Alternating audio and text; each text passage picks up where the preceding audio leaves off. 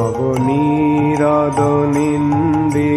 কান্তিধারম রসসাগর নাগর भूपवरं।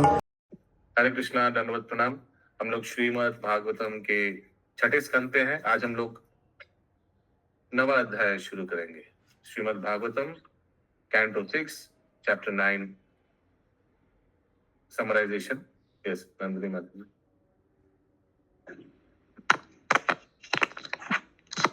हरे कृष्णा, सादर प्रणाम। वृत्तासुर राक्षस का आविर्भाव। इस अध्याय में बताया गया है कि स्वर्ग के राजा इंद्र ने विश्वरूप का वध कर दिया। अतः विश्वरूप के पिता ने इंद्र को मारने के लिए एक यज्ञ किया। जब उस यज्ञ से वृत्तासुर उत्पन्न हुआ तो देवता डर के मारे श्री भगवान की शरण में गए और उनका यशोगान करने लगे। चूंकि विश्वरूप ने चुपके से स्नेहवश असुरों को यज्ञ की हवि प्रदान की, अतः जब इंद्र को यह पता लगा तो उसने विश्वरूप का सिर काट लिया। बाद में इंद्र को विश्वरूप को मारने का पश्चाताप हुआ, क्योंकि विश्वरूप ब्राह्मण था। इंद्र चाहता तो ब्रह्म हत्या के पाप पूर्ण कृत्य को निष्प्रभावी बना सकता था, किंतु उसने ऐसा नहीं किया।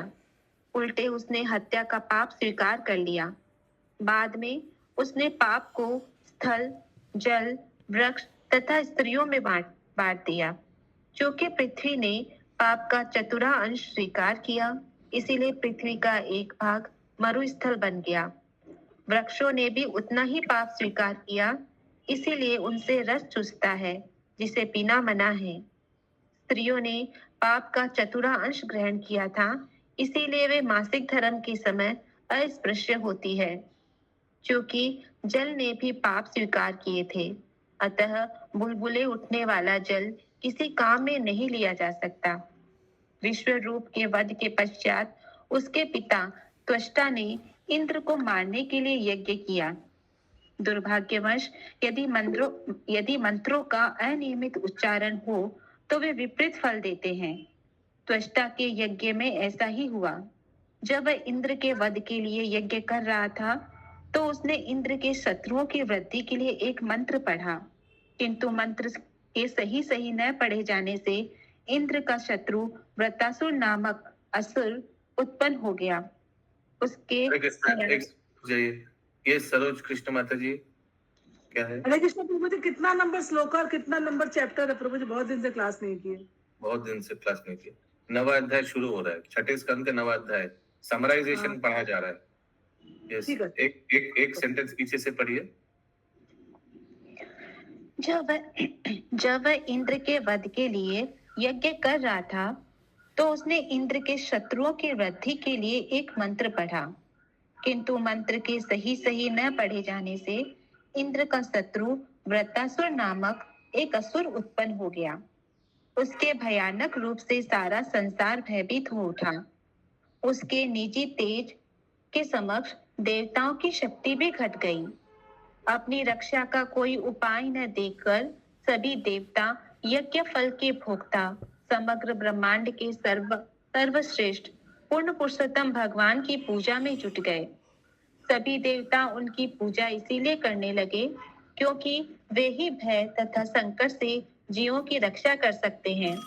श्री भगवान की पूजा छोड़कर किसी अन्य देवता की शरण ग्रहण करना मानो कुत्ते की पूंछ पकड़कर समुद्र को पार करना है। कुत्ता तैर सकता है, किंतु इसका अर्थ यह नहीं होता कि उसकी पूंछ पकड़कर समुद्र को पार किया जा सकता है। देवताओं से प्रसन्न होकर श्री भगवान ने उन्हें सलाह दी कि वे दधीचि के पास जाकर उनकी अस्थियां मांगे।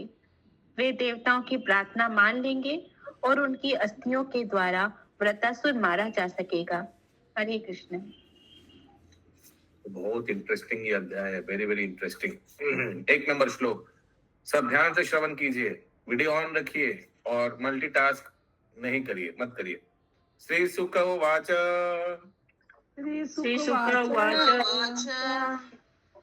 तस्यासन् विश्वरूपस्य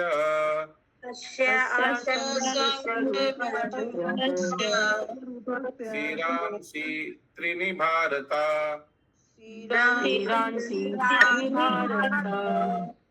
सोमपितं सूरपितं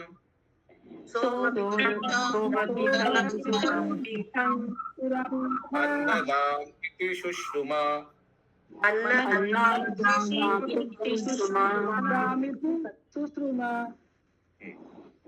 श्री सुखदेव गोस्वामी ने कहा, देवताओं के पुरोहित विश्व रूप के 3 सर थे। इनमें से एक से वह सोमपान करता था, तो दूसरे से मदिरापान और तीसरे से भोजन ग्रहण करता था। हे राजा परीक्षित, ऐसा मैंने विद्वानों से सुना है। कोई मनुष्य स्वर्ग के राज्य, इसके राजा तथा अन्य वासियों को प्रत्यक्ष नहीं देख सकता और न उनके अन्य कार्यकलापों को ही देख सकता है, क्योंकि वह स्वर्ग लोक नहीं जा सकता। यद्यपि आधुनिक विज्ञानियों ने अनेक अंतरिक्ष यानों के आविष्कार कर लिया है, किंतु वे अभी चंद्रमा तक भी नहीं पहुंच पाए। अन्य लोगों की तो बात तो कोसों दूर है। कोई मनुष्य प्रत्यक्ष अनुभव से मानव अनुभूति से अधिक नहीं सीख सकता। उसे विद्वानों से सुनना चाहिए। इसीलिए महात्मा सुखदेव गोस्वामी कहते हैं, हे राजन, मैं तुमको वही सुना रहा हूँ जो कुछ मैंने प्रामाणिक सूत्रों से सुना है। यह वैदिक पद्धति है। वैदिक ज्ञान को श्रुति कहा जाता है, क्योंकि यह प्रामाणिक सूत्रों से सुनकर ग्रहण किया जाता है। यह हमारे छोटे प्रयोगात्मक ज्ञान के दायरे से परे है। हरे कृष्ण।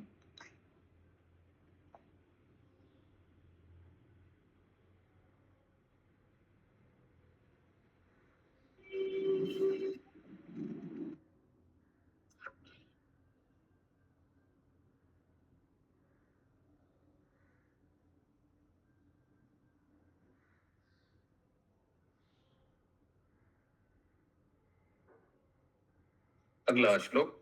सवे बर्हिषि देवेभ्यो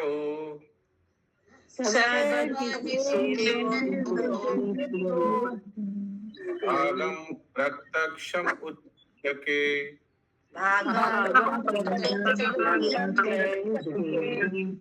अदादयस्य पितरो देव सप्राश्रयं नृप।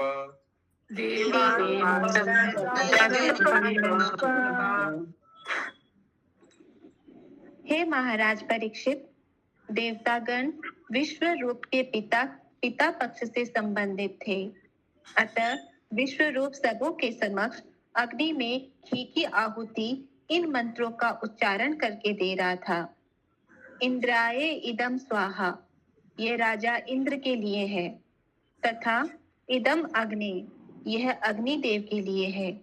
यह मंत्र का उच्चारण उच्च स्वर से कर रहा था और प्रत्येक देवता को उसका उचित भाग प्रदान करता जा रहा था। हरे कृष्ण। म्यूट करिए रंजिता माता जी। Demigods were related to Vishnu from his father's side, and therefore he visibly offered clarified butter in the fire by chanting mantras such as Indraya Dharma. ये यज्ञ करने का समय, यानी जब नारायण कवच कर रहा था प्लस एक्सेट्रा, उस समय विष्णु कैसे कर रहा था। Indra idam swaha, this is meant for King Indra, and idam agnaya, this is meant for demigod of fire. He loudly chanted these mantras and offered each of the demigods his proper share. ठीक है, ऐसे विश्वरूप नारायण मंत्र जब उच्चारण कर रहा था, नारायण कवच पाठ कर रहा था, उसके आगे या पीछे या उस समय यज्ञ भी कर रहा था। उस समय की बात किया जा रहा है। अगला श्लोक 3 नंबर। स एव हि ददौ भागम्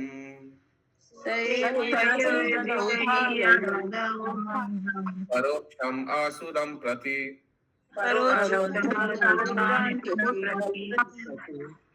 यजमानो अवभागम्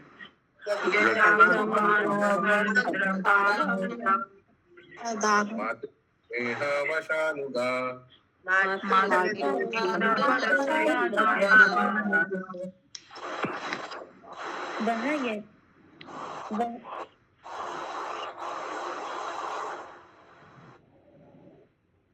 वह यद्यपि देवताओं के नाम से यज्ञ की अग्नि में घी आहुति डाल रहा था, किंतु देवताओं के बिना जताए वह असुरों के नाम की भी आहुति डालता जाता था, क्योंकि वे उसकी माता के पक्ष के संबंधी थे।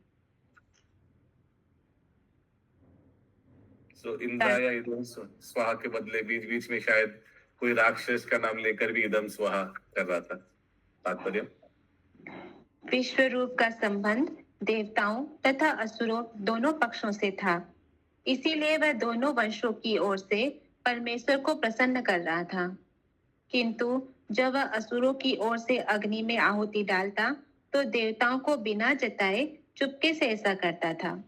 हरे कृष्ण।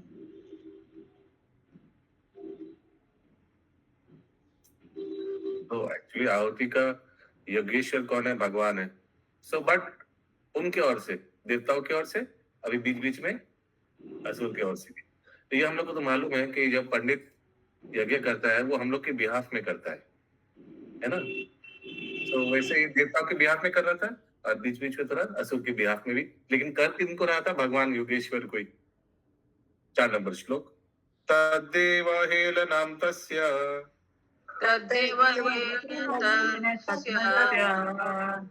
धर्मालोकं सुरेश्वर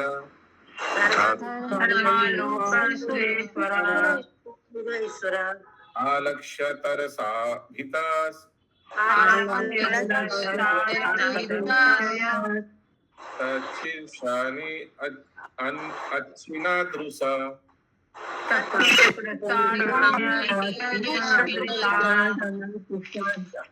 श्लोक का डिसाइड करने के बाद तुरंत म्यूट कर दीजिए, सब म्यूट कर दीजिए। या बोलिए अनुवाद। किंतु एक बार स्वर्ग के राजा इंद्र को पता चल गया कि विश्व रूप देवताओं को धोखा देकर असुरों की आहुतियां दे रहा है, अतः वह असुरों द्वारा पराजित किए जाने से अत्यधिक भयभीत हो उठा और अतीव क्रोध में उसने विश्व रूप के तीनों सरों को उसके कंधे से अलग कर दिया। हरे कृष्ण। सोमपीठम तु यत्तस्य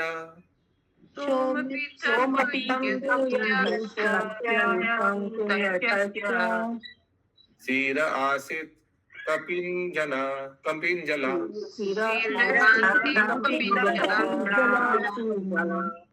कालविंकासुरापित्थम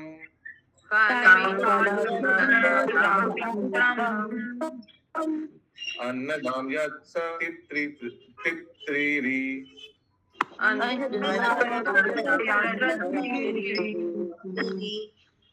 तत्पश्चात सोम रस पीने वाला सिर पपीहे में, सूरापान करने वाला सिर गोरैया में और भोजन करने वाला सिर तीतर में बदल गया। तो विश्व रूप का एक सिर क्या हो गया? फ्रैंकली पट्रिज। ये क्या होता है? पहला वाला पपीहा। पपीहा जो पीऊ पीऊ करता है पेड़ में बैठ के। कोई पंछी है क्या? हाँ, एक तरह का पक्षी है। दूसरा सिर गोरैया, काला विंग का स्पैरो, ठीक है। और तीसरा eating food became common partridge. ये क्या है? कॉमन पार्ट्रिज तीतर एक पक्षी होता है वो भी। ओके, सब पक्षी बन गया, तीनों से पक्षी बन गया। ब्रह्मा हत्यम अंजलिना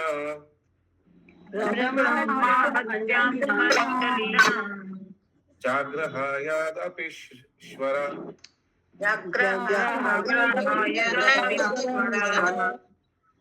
संवत्सरन्ते तदागम भूतानां सविशुद्धये भूम्यम्बुद्रुमा यो शीतभ्यास्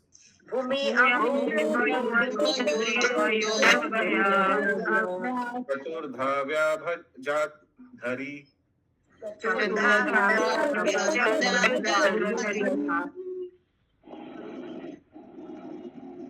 इंद्र इतना शक्तिशाली था कि यदि चाहता तो ब्रह्म हत्या के पाप फल को निरस्त कर सकता था, किंतु उसने हाथ जोड़कर पछताते हुए पाप भार को स्वीकार कर लिया। उसने 1 वर्ष तक यातना भोगी और तब अपनी शुद्धि के लिए हत्या के पाप को पृथ्वी, जल, वृक्ष तथा स्त्रियों में बांट दिया। हरे Krishna. And then to purify himself, he distributed the reactions for this sinful killing among earth, water, trees and women. Bhumisturiana Turiam Jagraha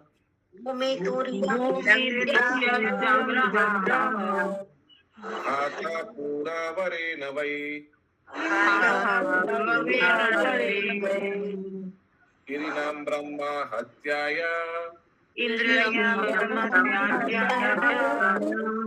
Rupam Bhumau Pradrishyate.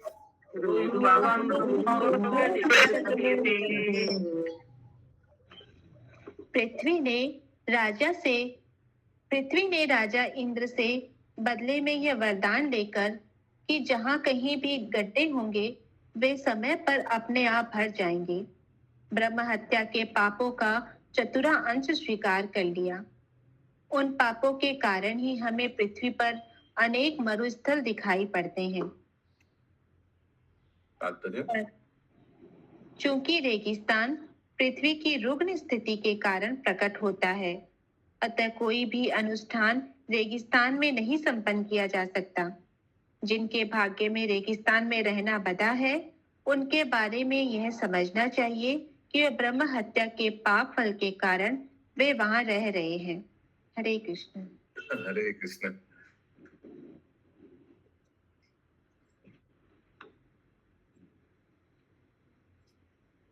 अगला श्लोक 8 नंबर। तुर्यं छेद विरोहेन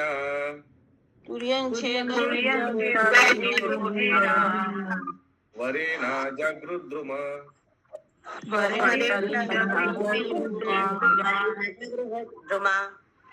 तेषां निर्यास रूपेण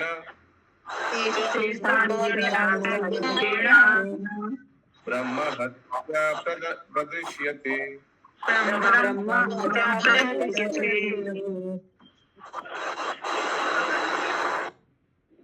वृक्षों ने इंद्र से बदले में यह वरदान लिया कि काटे जाने पर भी उनकी शाखाएं फिर से उगाएगी। ब्रह्म हत्या के पाप फल का चतुरांश ले लिया। ये पाप फल वृक्षों से निकलने वाले रस के रूप में दिखाई पड़ते हैं, इसीलिए इस रस को पीना वर्जित है। हरे कृष्ण। शाश्वत कामावरेणामहस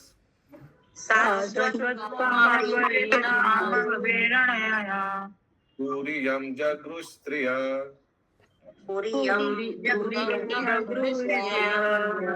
रजो रूपेण तस्वं हो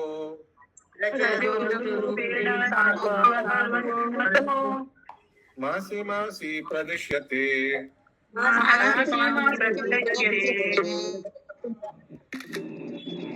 स्त्रियों ने इंद्र से बदले में यह वरदान प्राप्त करके कि वे अपनी काम वासनाओं को जब तक वे भोगने के लिए हानिकारक न हो, गर्भकाल में भी निरंतर पूरी कर सकेगी। पाप फलों का चतुरांश स्वीकार कर लिया। फलस्वरूप स्त्रियों में प्रत्येक मास रजो दर्शन होता है।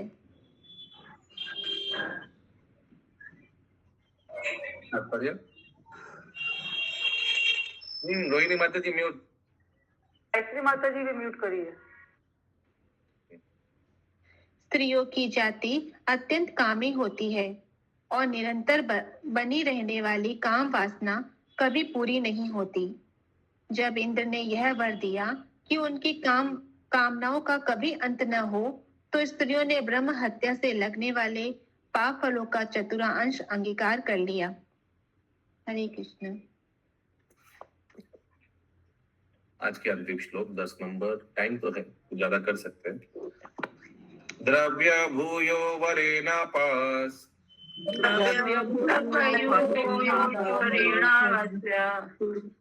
तुर्यं जगृद्रुम मलम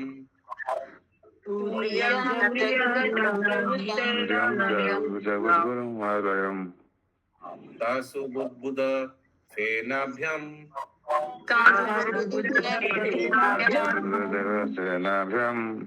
दृष्टम तदरति क्षिपम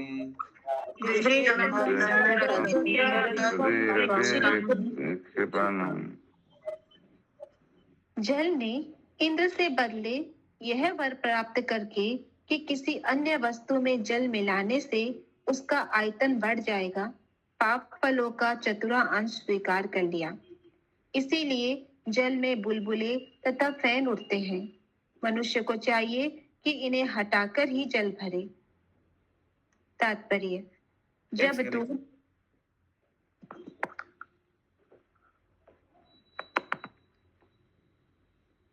तात्पर्य जब दूध, फल के रस या अन्य ऐसे किसी पदार्थ के साथ जल मिलाया जाता है तो आयतन बढ़ जाता है, और लोग यह नहीं समझ पाते कि उनमें से किसकी वृद्धि हुई है। इस आशीर्वाद के बदले में जल ने इंद्र के पापों का चतुरा अंश अंगीकार कर लिया। ये पाप कर्म फेन तथा बुलबुलों में दिखाई पड़ते हैं। अतः पीने के लिए जल भरते समय बुलबुले तथा फेन से बचना चाहिए। हरे Krishna. Therefore, one should avoid foam and bubbles while collecting drinking water. क्यों, क्या होगा अगर फोम और बबल्स कलेक्ट होगा तो क्या होगा? क्या प्रॉब्लम हो सकता है? कि किसी को समझ में आया ये पॉइंट? तो वो सब गंदगी इकट्ठा हो जाता होगा वहां पर। बुलबुले का मतलब गंदगी। यस बेनता माता जी। बुलबुले के रूप में पाप चला जाएगा। वो जो पाप अंश दिया ना, वो बुलबुले पीने से पाप चला जाएगा। फिर से एक बार पढ़िए लास्ट दो सेंटेंस।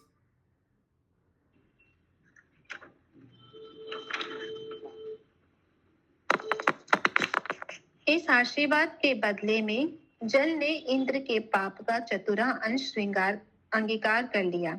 ये पाप कर्म फेन तथा बुलबुलों में दिखाई पड़ते हैं। अतः पीने के लिए जल भरते समय बुलबुले तथा फेन से बचना चाहिए। अभी किसी को समझ में आया? बुलबुले और फेन से बचना चाहिए। 11 नंबर श्लोक। हता पुत्रस्ततस्त्वस्था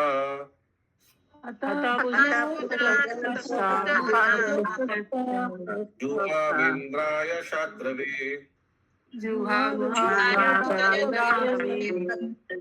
इंद्र शात्रो विवर्धास धास्व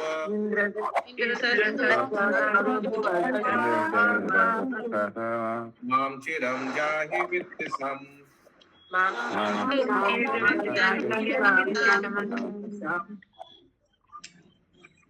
विश्व रूप के वध के पश्चात उसके पिता त्वष्टा ने इंद्र को मारने के लिए अनुष्ठान किए। उसने अग्नि में यह उच्चारण करके आहुति डाली, हे इंद्र के शत्रु, तुम्हारी अभिवृद्धि हो, तुम अविलंब अपने शत्रु का वध करो।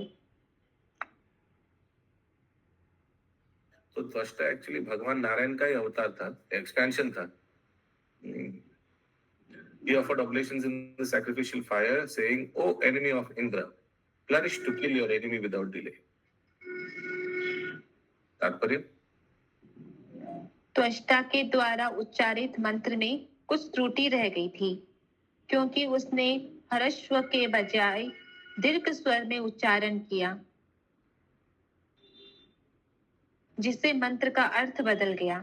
त्वष्टा इंद्र शत्रु शब्द का उच्चारण करना चाहता था, जिसका अर्थ है कि हे इंद्र के शत्रु। इस मंत्र में इंद्र संबंध कारक षष्ठी में आया है और इंद्र शत्रु में तत्पुरुष समास कहलाता है। दुर्भाग्यवश त्वष्टा ने इस मंत्र का थोड़े समय के बजाय देर तक उच्चारण किया, जिससे उसका अर्थ इंद्र के शत्रु से बदलकर इंद्र के जो शत्रु है हो गया। फलस्वरूप इंद्र का शत्रु न प्रकट होकर वृत्तासुर का शरीर प्रकट हो गया। जिसका शत्रु इंद्र था। ये 11 नंबर श्लोक का तीसरा लाइन देखिए सब। इंद्र शत्रु विवर्धस्व, माने इंद्र शत्रु का लिए चाहिए था, इंद्र शत्रु को मारो, लेकिन उन्होंने क्या किया, इंद्र शत्रु ज्यादा खींच दिया ना, ऐसे कुछ लिखा है, ज्यादा खींच दिया तो इंद्र का शत्रु कौन, वृत्रासुर, तो उसका मृत्यु का हो गया। अभी वृत्रासुर का वध होगा इंद्र के द्वारा। एक बार फिर से अनुवाद तात्पर्य पढ़िए, सॉरी। त्वष्टा के आपका स्टेथोस्कोप खोल दीजिए, ऐसे पढ़िए डायरेक्ट। त्वष्टा के द्वारा उच्चारित मंत्र में कुछ त्रुटि रह गई थी, क्योंकि उसने हश्व के बजाय दीर्घ स्वर्ग में उच्चारण किया, जिससे मंत्र का अर्थ बदल गया। त्वष्टा इंद्र शत्रु शब्द का उच्चारण करना चाहता था, जिसका अर्थ है हे इंद्र के शत्रु। इस मंत्र में इंद्र संबंध कारक षष्ठी में आया है और इंद्र शत्रु में तत्पुरुष समास कहलाता है। दुर्भाग्यवश त्वष्टा ने इस मंत्र का थोड़े समय के बजाय देर तक उच्चारण किया, जिसका अर्थ इंद्र के शत्रु से बदलकर इंद्र जो शत्रु है हो गया। फलस्वरूप इंद्र का शत्रु न प्रकट होकर वृत्रासुर का शरीर प्रकट हुआ, जिसका शत्रु इंद्र था। हरे कृष्ण।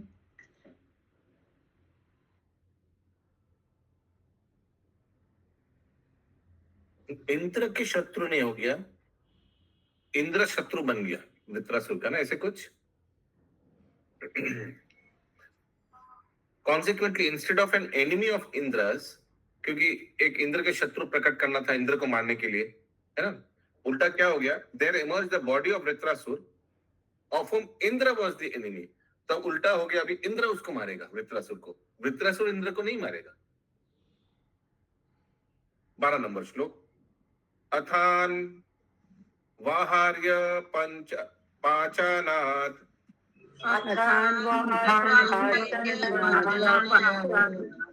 उत्थितो घोरदर्शना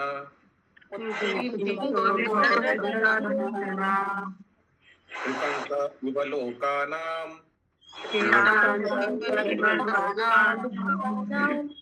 युगान्ता समये यथा।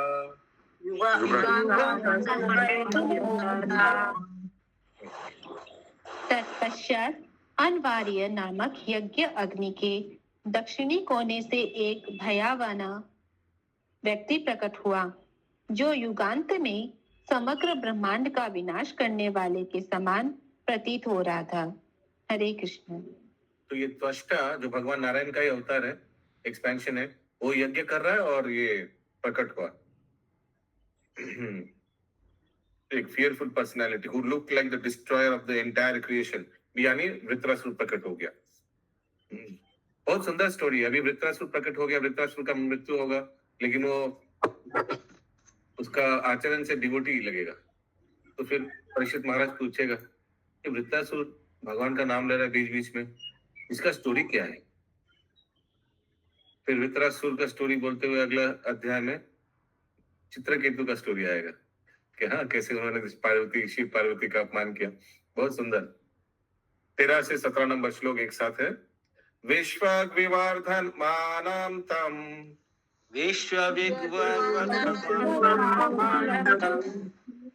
विशु मात्राम दिने दिने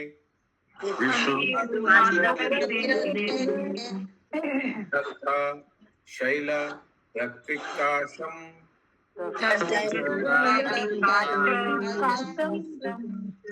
संध्याधानिक वर्चसम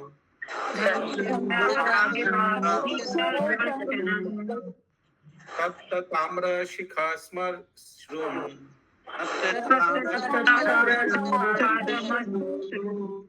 मध्यानाकुग्रलोचनम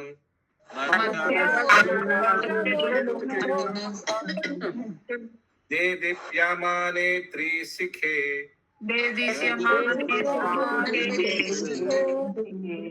शूल आरोप्य रोदसी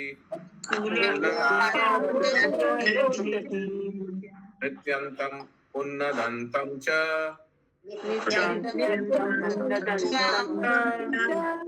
चालयन्तं पदामहिम् दारिगम्भीरवक्त्रेण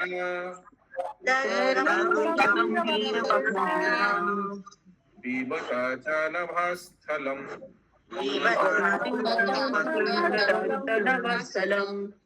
विहता जीवयार्क्षाणि न सता भुवनात्रयम् महता रौद्रदंस्त्रेण बिम्बमानं मुहुर्मुहुः वृत्रस्तदुद्रुवुर्लोका वृक्ष सर्वे दिशो दशा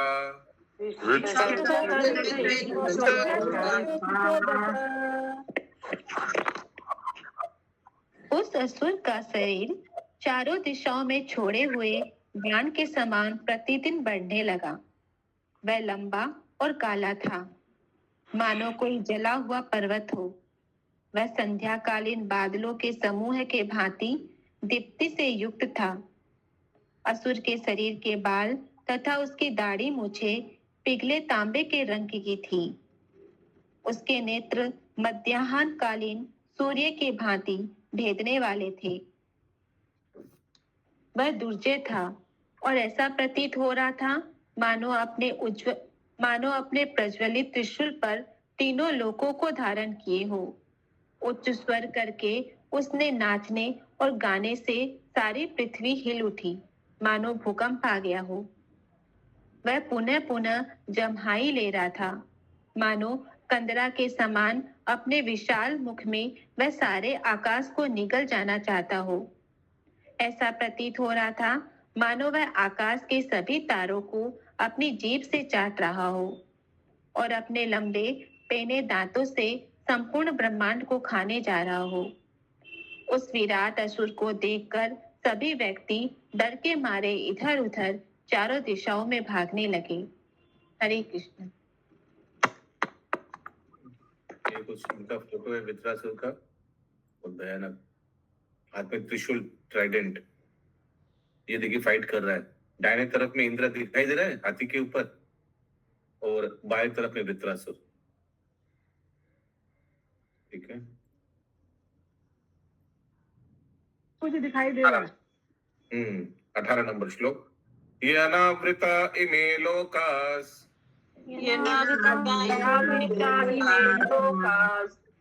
तपसा त्वष्ट मूर्तिना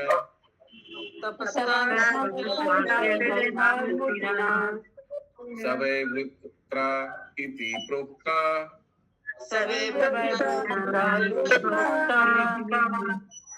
पापा परमा दारुणा।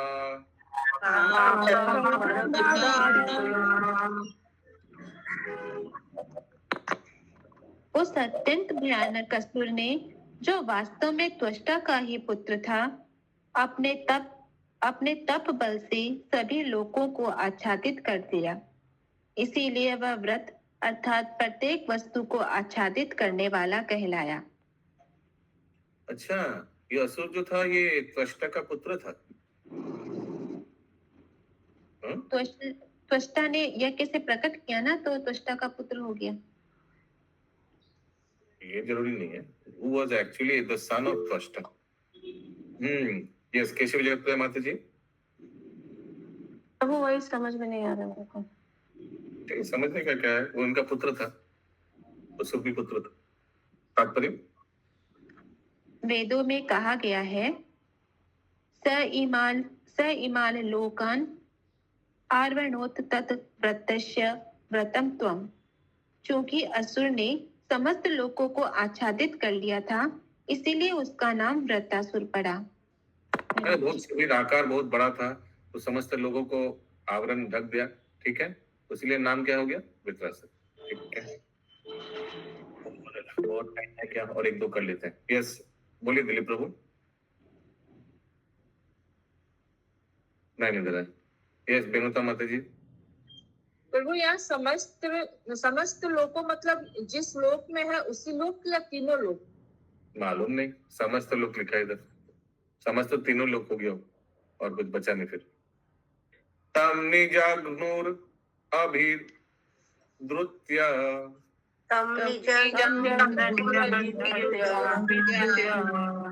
आगना विबुधार श्रभिभ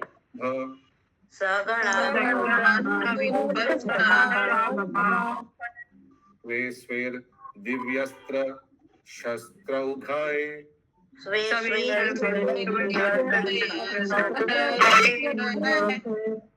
सो अग्रसत्तानि कृष्णशा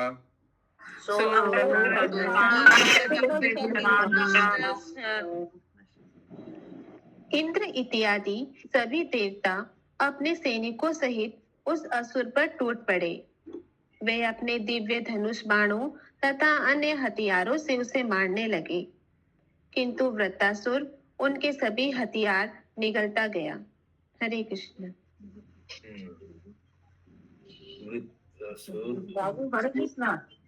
लाइक सर्कल।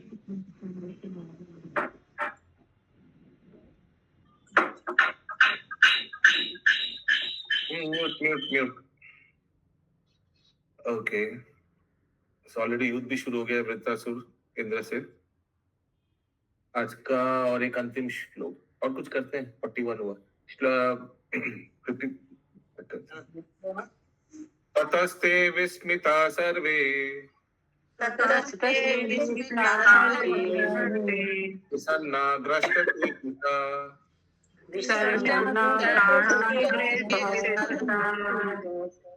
प्रत्यंशम आदि पुरुषम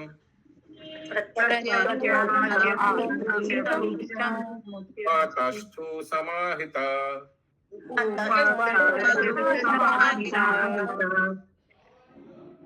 उस असुर की शक्ति देखकर सभी देवता अत्यंत आश्चर्यचकित तथा निराश हो गए और उनकी सारी शक्ति जाती रही। अतः वे सभी परमात्मा अर्थात पूर्ण पुरुषोत्तम भगवान नारायण की पूजा करके उन्हें प्रसन्न करने के निमित्त एकत्र हुए।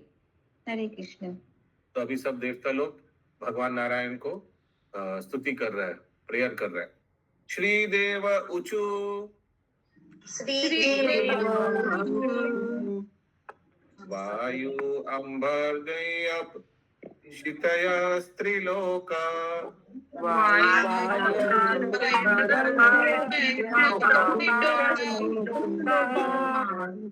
ब्रह्मादयो ये वयम् उद्विजान्ता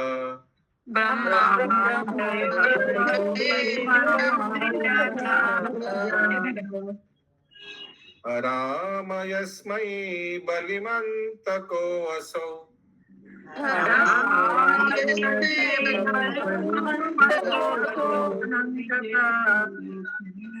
बिभेति यस्माद् अरणं ततो न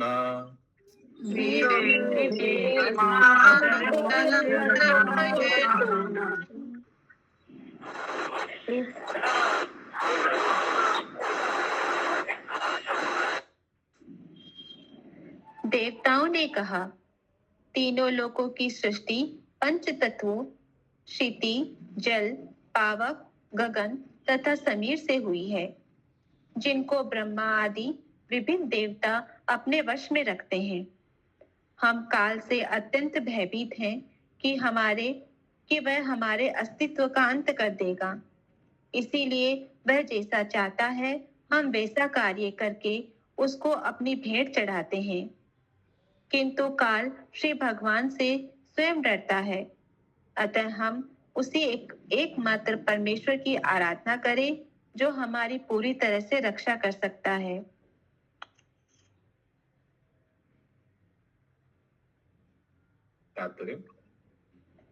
जब किसी को मारे जाने का भय हो तो उसे श्री भगवान की शरण ग्रहण करनी चाहिए। ब्रह्मा से लेकर सभी देवता उनकी आराधना करते हैं। यद्यपि वे इस भौतिक जगत में विभिन्न तत्वों के स्वामी हैं। विभेति यस्तमात् शब्द बताते हैं कि सभी असुर, चाहे वे कितने महान तथा शक्तिशाली क्यों न हो, श्री भगवान से भयभीत रहते हैं। देवतागण मृत्यु से डरकर भगवान की शरण में गए और उनसे यह प्रार्थना की कि यद्यपि काल सबों के लिए भयकारी है, किंतु काल स्वयं भगवान श्री भगवान से डरता है, क्योंकि भगवान को अभय कहते हैं। श्री भगवान की शरण में जाने से वास्तविक निर्भीकता आती है। इसीलिए सभी देवताओं ने भगवान की शरण में जाने का निश्चय किया। हरे कृष्ण। अविस्मितं तं परिपूर्ण कामाम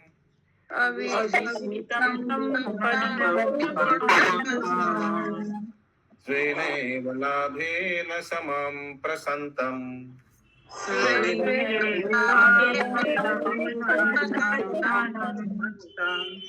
विनोपशर्पत्यपरं हि बलिश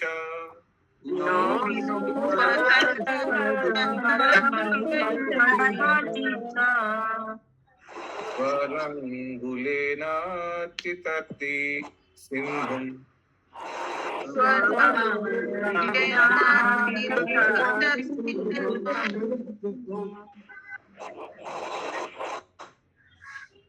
भगवान समस्त सांसारिक कल्पना से रहित और सदैव विस्मयहीन है।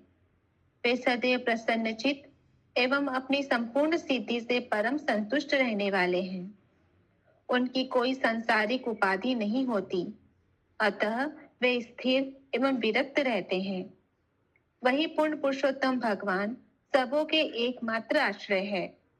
अतः जो मनुष्य किसी अन्य से अपनी रक्षा की कामना करता है, वह अवश्य ही बड़ा मूर्ख है और कुत्ते की पूंछ पकड़कर समुद्र को पार करना चाहता है। स्वलंगुलेनातितर्ति सिंधुम। तात्पर्य, कुत्ता पानी में तैरना जानता है, किंतु यदि कुत्ता समुद्र में गोता लगाता हो और कोई उसकी पूंछ पकड़कर समुद्र पार करना चाहे, तो वह निपट मूर्ख है।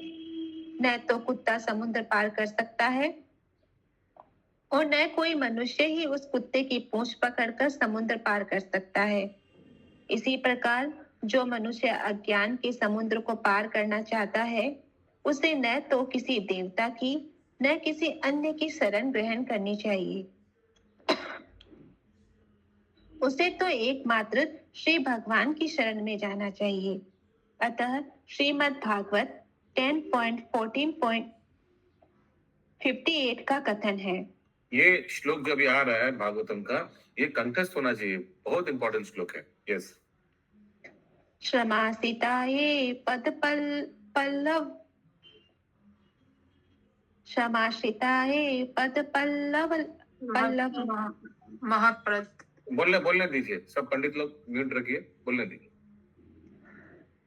महत्पदं पुण्य यशो मुरारे भावाम्बुदि वत पदं परम पदं यदवे पदानातेषाम्। भगवान के चरण कमल अनिश्वर नाव के तुल्य है, और यदि कोई इस नाव का सहारा लेता है तो वह ज्ञान सागर को सरलता से पार कर लेता है। अतः पद पद में संकटों से ग्रस्त इस भौतिक जगत में रहकर भक्त के लिए कोई भय नहीं रह जाता। मनुष्य को चाहिए कि अपने बनावटी विचारों के बजाय परम शक्तिमान की शरण खोजे। हरे कृष्ण। ग्रंथराज श्रीमद् भागवतम की जय। जय जय जय। जय।